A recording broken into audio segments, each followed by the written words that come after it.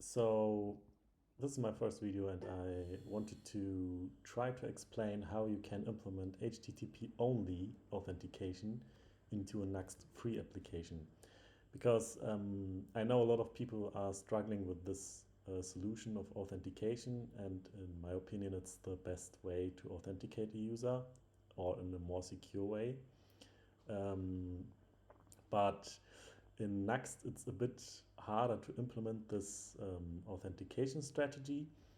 And because of that, I wanted to share with you how I did it, and maybe it helps you to implement this by your own. Of course, it's a bit harder to implement in comparison with Vue.js because we have the Nitro server between the front end and the external API. And this is the most important point. You have to understand how Nuxt.js is working, because Nuxt.js is most of the time an SSR, so server-side rendering framework. That means that we have the view front itself, which is executed in the browser and so on the client side, and the Nitro server or the Nuxt server. It's called Nitro by Nuxt, which is handling all the API requests from outside, or you can also use the Nitro server as an API if you want. But in our constellation, what we want to use is to log in, get some cookies which are HTTP only. That means that the view front or the browser itself can't read these cookies. This is quite important. This is important so that nobody or in malicious JavaScript script can access these cookies. It's important to set them to HTTP only. I will show all of that. The challenge here is to get these cookies, which are created from this external API, into our Nitro server, and this one has to pass these informations to the view front.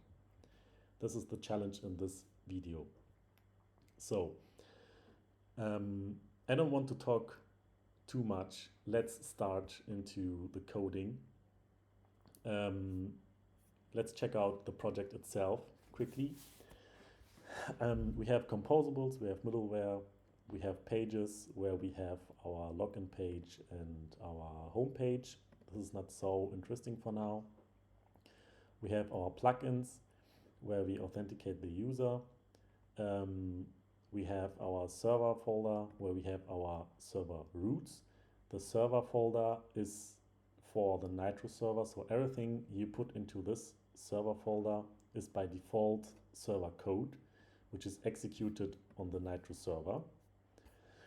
And under the API folder, you can add your paths. So later in our API call to the Nitro server, we can call API/auth/login, for example, logout or user.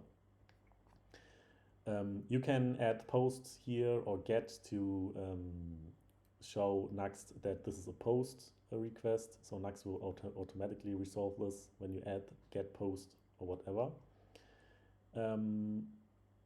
And we also have a utils class, which is creating for us our API wrapper, which connects to the external API. So how do we start? Maybe let's check first the app itself. So we have very, very basic and simple login. And you can see that we have to enter mail. 1, 2, 3, 4, 5, 6. And let's log in. As you can see, we got our first tokens here. So our authorization token and refresh token. And you see we are logged in. When we refresh, we are still logged in. And also when we try to go to log in, we are redirected because we have these cookies. So let's start with the first one. How do we get these cookies into our browser? Because as you remember, the Nitro server sits in between our view front and our external API. So how do we do that? First of all, what we should do is to create a client. So of course you can change this as you want, but what I want, or what I do all the time, is to create a wrapper class around the fetch API of Nuxt, so that I can utilize these functions here easier. So a raw function, post, get, put, and so on, so forth. You can create this class if you want, or if not, you can use it directly within the upcoming scripts I will show you. But this is how I do it. So we have a client. So within our server, we have to create a server API class. So in basic, that's a composable which is used on the server side. And what this is doing is to get the public, get the runtime config, an API URL from the runtime config, which are defined in the Nuxt config TS. And in the second step, where it gets interesting, we use the get cookie composable. The get cookie composable, as you remember, this runs on server side, has access to the cookies which are sent by the external API.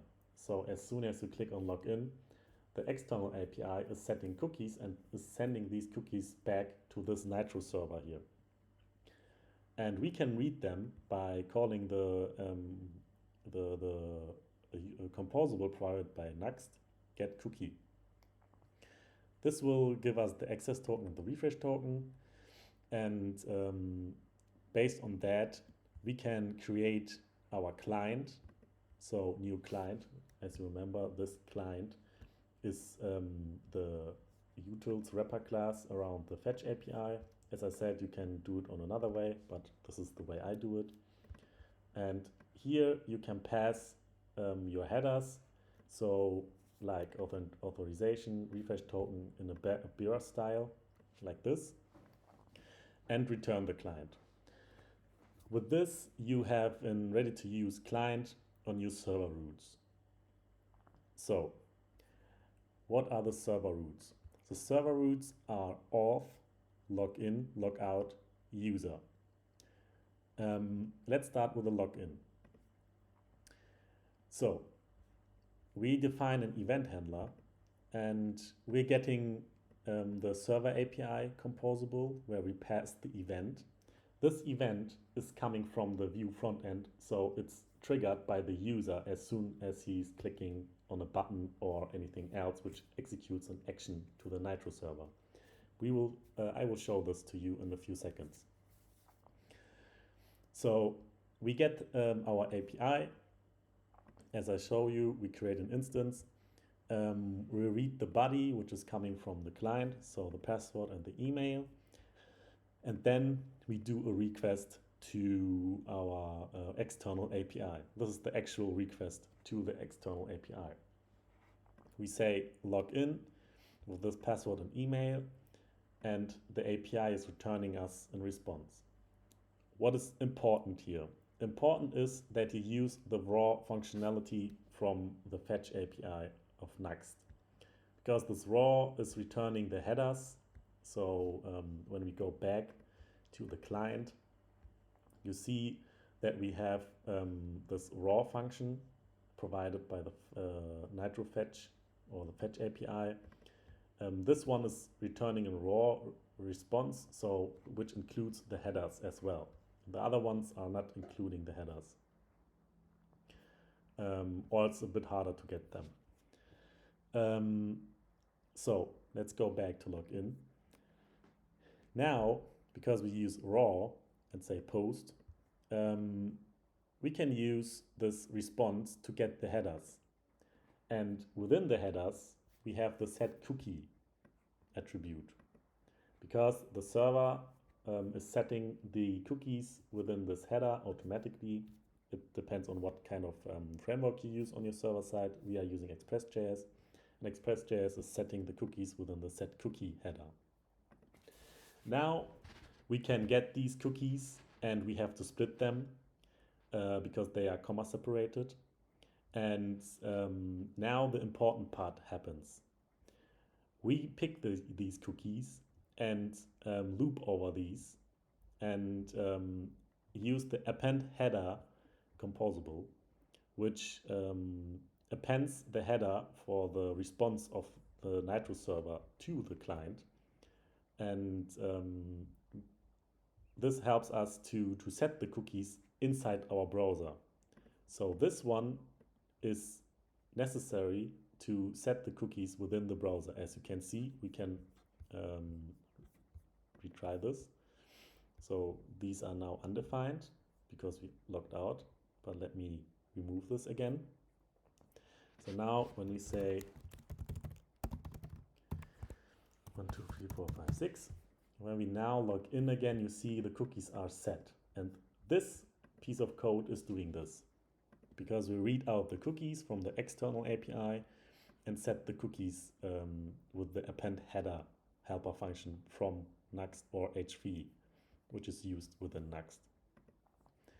And then we return message success.